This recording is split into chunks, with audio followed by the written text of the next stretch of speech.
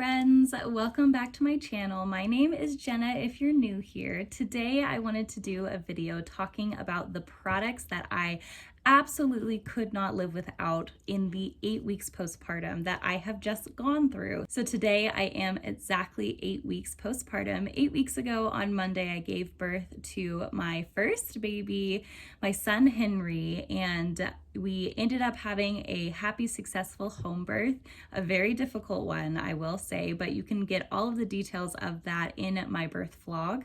But I wanted to talk about the products that I could not live without postpartum, and also 3 of the products that I didn't need at all. So there were 3 things that I ended up getting that I did not need, and there was also 3 things that I wish that I had on hand. So I'm going to kind of cover all of that. This is going to be focusing primarily on healing for the mama's body, so not so much baby centered as it is mama centered for this specific video. Hopefully this can save you some time and some money when going into your own postpartum journey. So I'm going to talk about the 5 things that I could not live without first.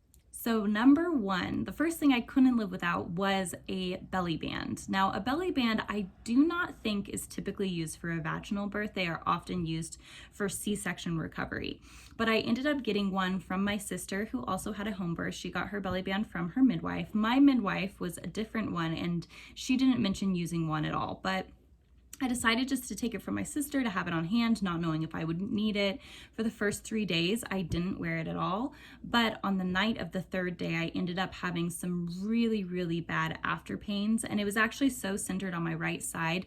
My husband and I thought that it might be appendicitis even. We weren't sure what it was. And it was very, very scary. The only thing to alleviate the pain, because I was doubled over in pain that night. It was so bad and so centered on my right side, was that belly band. I had the idea, maybe I'll just try this. Maybe I just need some, counter pressure to whatever cramping or sharp pain is going on. And as soon as I put it on, the relief started happening. I wore it for about 3 days, pretty much constantly, and then gradually eased myself off of it. So I would just recommend for anyone, have it on hand. Don't use it until you need it because it does slow down healing, but just have it on hand because you never know if you might be in that situation where you're just going through a lot of pain. I will link a different one below than the one that I use because I don't know where my sister got her specific one, but I'm just going to link a really good one down below in case you're interested in having one on hand.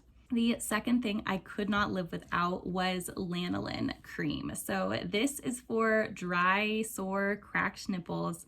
And I didn't know how much I would need it, but also I am a first-time mom, first-time breastfeeder, and I use this religiously. I used it every day, and I definitely needed it, especially when you're breastfeeding for the first time and you're not used to having a little being constantly working your boobs.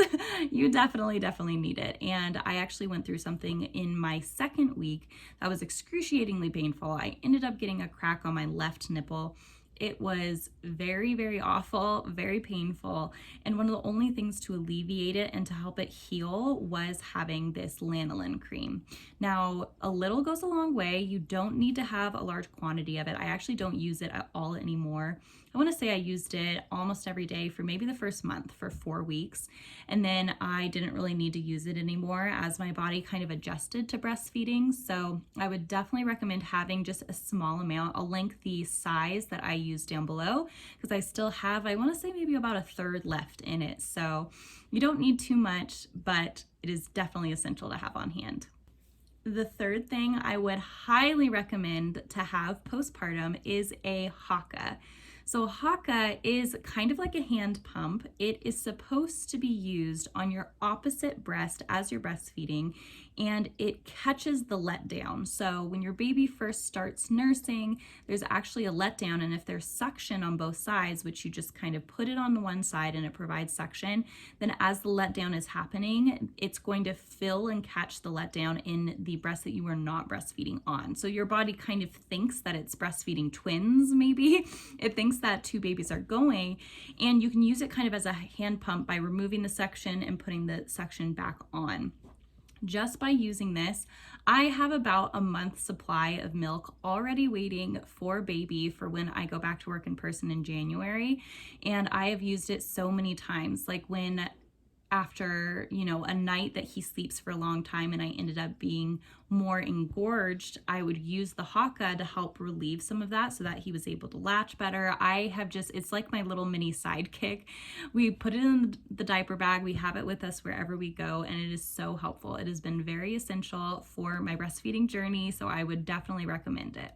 The third thing that was so essential, especially for the first 2 weeks, was having prune juice on hand. Now, my sister highly recommended, having a stool softener of some kind, because as your body is trying to get going after childbirth, a lot of things take time, and one of those things being bowel movements. It can be very hard to pass, especially with all the hormone shifts that your body is going through. I didn't want to really use a stool softener. I wanted to use something a little bit more mild, and I had the idea to use prune juice, and that worked so well for me. It worked really, really well for my body. It wasn't too much, and it was honestly the perfect amount in order to help me get going again about 1 to 2 weeks postpartum. And then the fifth final thing that was absolutely essential for postpartum healing was a detachable shower head. I saw a video of, I think it was Jess Conti's video, talking about how she used it so much in her healing for her stitches. And so we decided to replace our shower head with a detachable one before I gave birth. We literally did it, I think, 3 days before I ended up going into labor. And I am so glad that we did, because it really, really helps when you're healing stitches in order to make sure that's all clean down there, and to have that warm water at a closer contact, just to make sure that the area is being thoroughly disinfected and cleaned, and to have a really soft, gentle way to do it. I would so recommend having a detachable shower head if you don't already. If you do, great, don't have to worry about it. But if you don't, like us, I would just spend the money on it, go ahead and do it and upgrade your shower so that you can use that to heal yourself. Also, if you end up laboring at home for a long time or having a home birth, that will actually really help in your labor process while you're showering, because as you're having contractions, someone can detach it, use that hot water on your back. Even, if you're not having a home birth, even if you're just laboring at home before going to the hospital, having a hot shower with a detachable shower head is so helpful. So I am very, very glad that we ended up doing that. Now let's talk about the 3 things that I spent money on but I didn't actually need. Now the first thing was a Squatty Potty. Now Squatty Potties, I think, are actually really, really awesome. So Squatty Potties are supposed to help your body pass bowel movements in a way that is a little bit more natural to the shape of your body, because when we're sitting on the toilet at a right angle, it actually cuts things off. But if your knees are up higher, it puts your body in a more optimal place in order to pass your bowel movement. So I think it is a good thing just to have on hand in general, but we actually ended up building it and having it on hand, and I didn't even use it, I don't think, until later, and it wasn't even postpartum related. It was just kind of good to have on hand. The second thing that I did not need postpartum, even though I did use it I want to say twice, maybe 3 times, but I didn't need, it wasn't an essential, was the therapy packs for your breasts. And these, I think they're called TheraPearl. That is so hard to say. I think they're called TheraPearl. I don't know why that's such a tongue twister. TheraPearl. I think that's what they're called, but I ended up getting them and I didn't use them because you can just use a heating pack or an ice pack for what they do.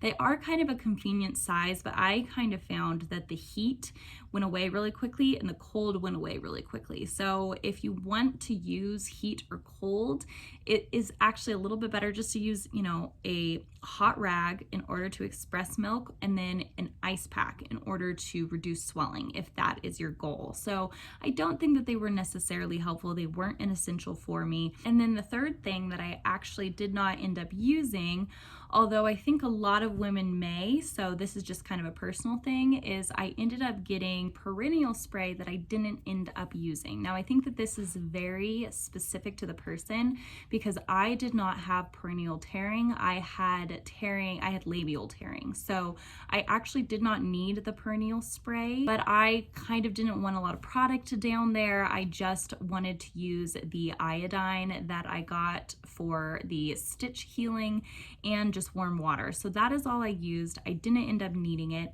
and I didn't honestly use it a single time. So that was not necessary for me to get. So those were the 3 things that I ended up spending money on, but I didn't end up needing. Now let's talk about 3 things that I wish that I had on hand. One of the things I did end up getting, but 2 of the things I didn't. So let's go into that.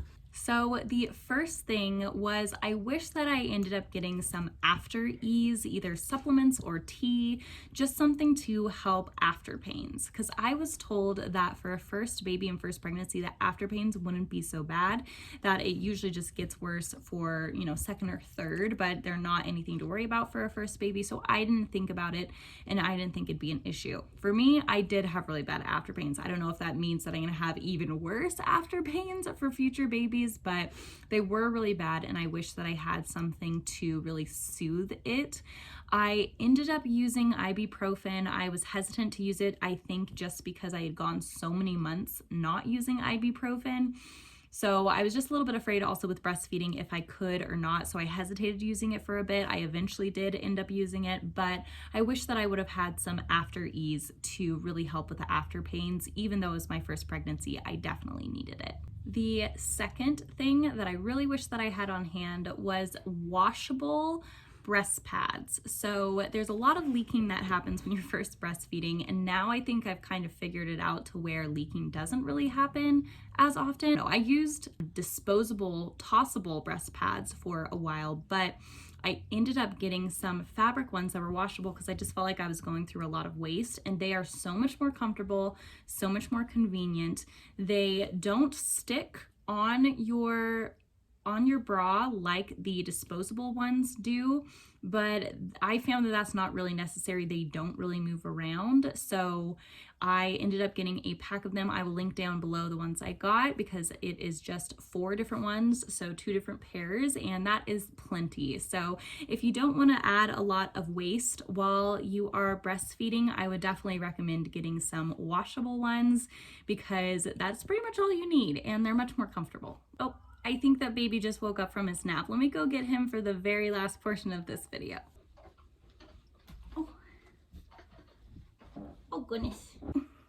Baby was feeling left out. That's better, huh? That's better. Oh, don't be sad, babies.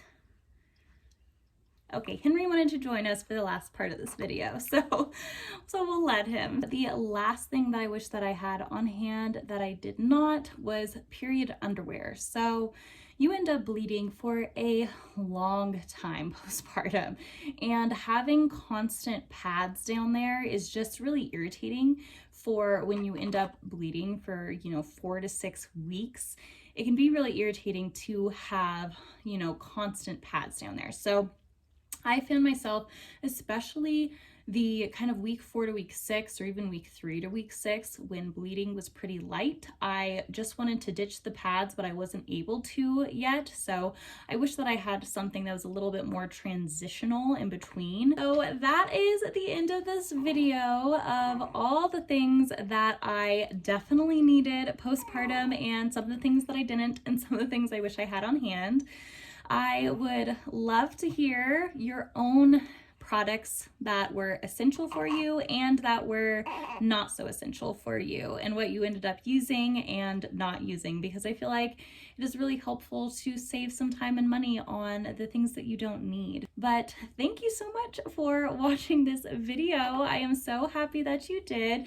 Henry is so happy that you did. And he wants you to remember to like this video if you did like it, to give it a little thumbs up, and to subscribe to this channel for other content related to motherhood and babies and books and all of that fun stuff. So thank you again so much for watching. We will catch you in the next one.